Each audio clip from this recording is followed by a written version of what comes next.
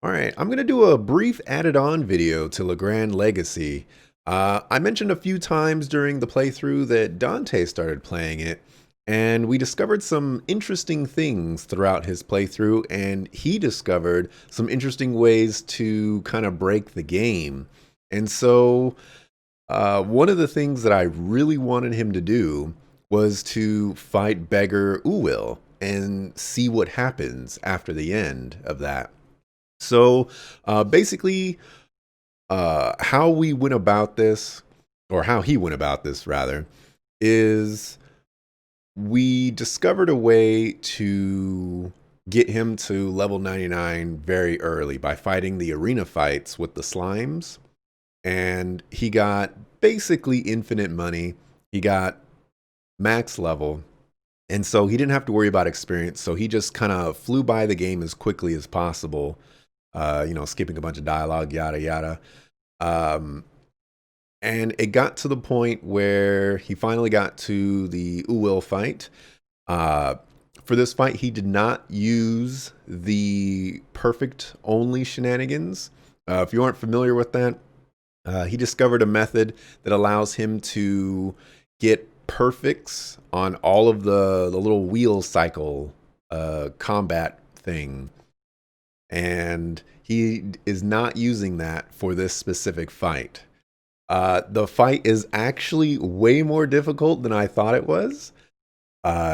Crazy stuff is going on. I probably won't be able to show the whole thing, but essentially, he has instant death moves. He has crazy AoEs. He has status effects that are really nasty.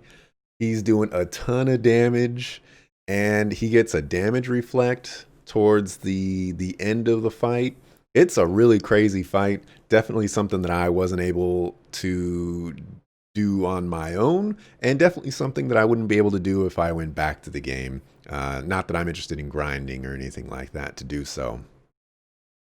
So at the end of the fight, he decides to give you this item, and there's really nothing else added to it. I was really hoping that he would reveal that, he's the god or what have you, the creator, and he's just kind of chilling, watching things happen. But he didn't really go that route. He gives you this amulet of courage. I forget the exact name of it, something of courage, and he just says, you'll know when to use it. And at that point, we got really curious because I was thinking, oh, well, maybe that changes the ending. Maybe Kale um, doesn't like die or something like that. Maybe you save Kale. So then we're like, okay, so we gotta beat the game. We gotta see what's at the end. And we beat the game, and nothing changed. And we got really confused.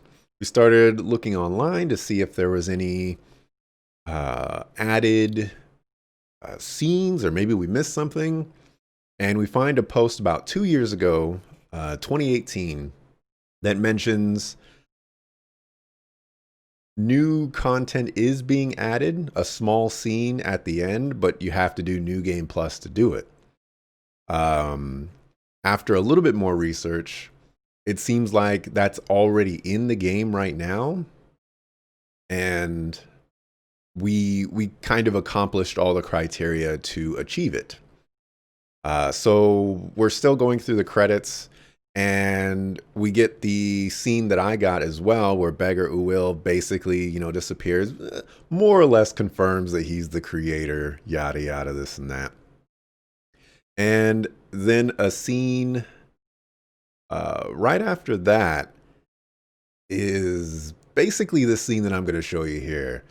Um, we don't have sound for this particular playthrough or this video, so that's why I'm kind of doing a voiceover.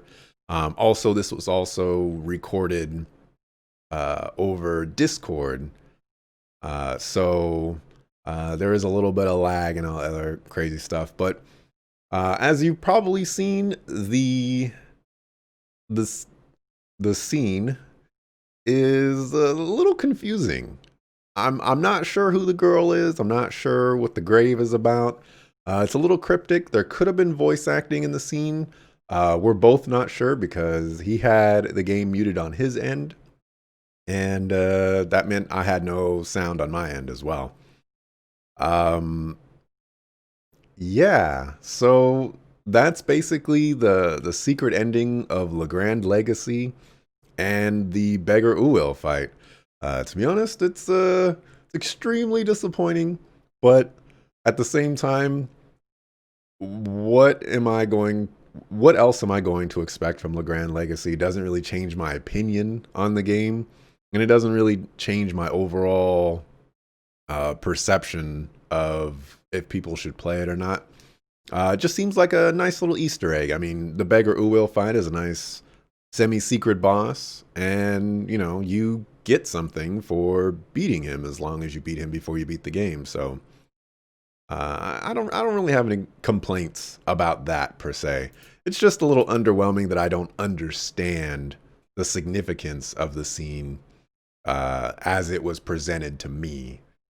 But uh, hopefully you enjoyed this, and hopefully we get you got a little bit of closure on the Beggar Uwil fight, as well as what you get for beating him. So thanks for watching, appreciate it. See you on the next video. Peace.